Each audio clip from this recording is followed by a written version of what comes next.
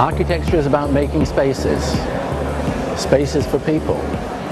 Can be inside a building, can be a space formed by a building, can be anything that's inhabited.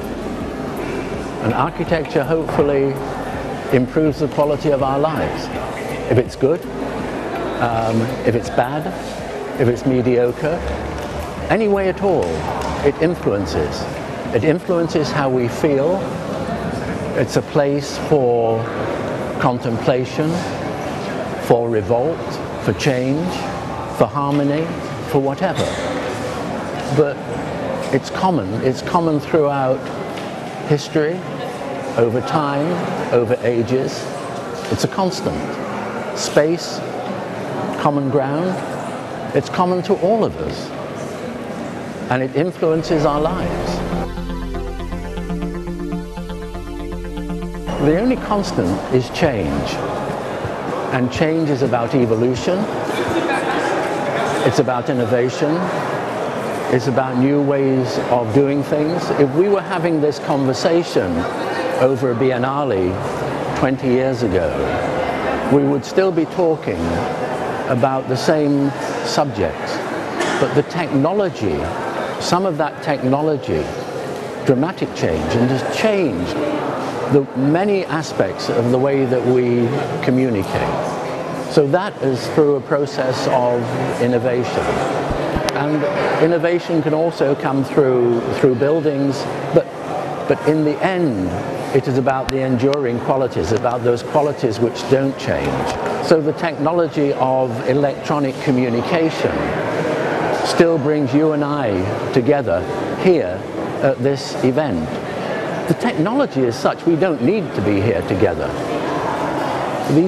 Everybody here, the many hundreds of thousands who pass through that gateway there, through this experience here, don't need to come, don't need to be physically here. But there are more people in Venice now than there were 20 years ago.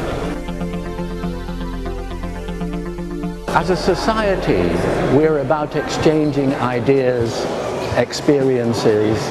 We learn from each other. As individuals, we have our mentors, our teachers, our educators, our parents, the many generations who've gone before. We don't exist in isolation. We're all part of a larger community, whether we deny it or not. So whether you call that fashionably networking, again, that's not changed. That's as relevant today as it was thousands of years ago.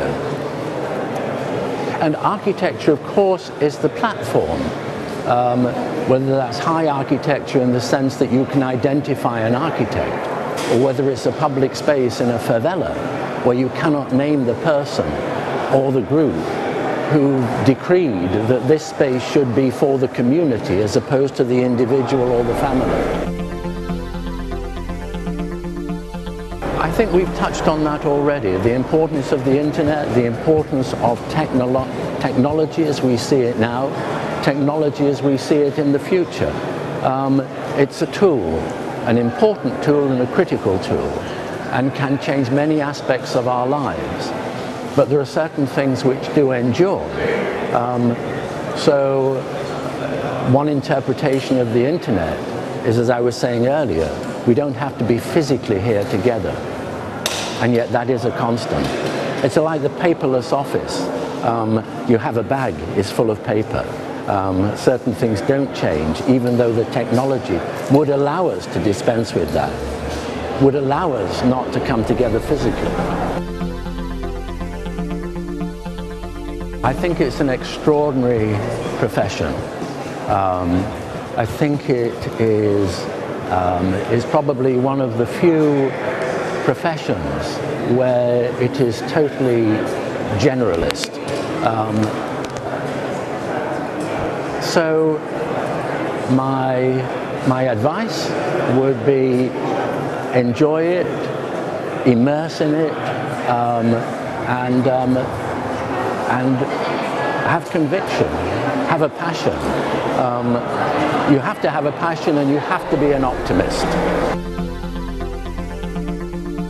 I think it's that probably the most difficult design problem is how, when you have a passion for architecture, and when you're driven by curiosity and the sharing of experiences and research, all of which enable you to work as a designer, that when the scale of those opportunities grow and you genuinely believe that architecture is about different specialities coming together as a team, dissolving their own identities and working together as a group, as the scale of those projects and the scale of the team grows, then the challenge is, how do you maintain that very individual, personal touch? And how ultimately can you grow the group in such a way that it has the capability and the potential to go on beyond one's own lifetime?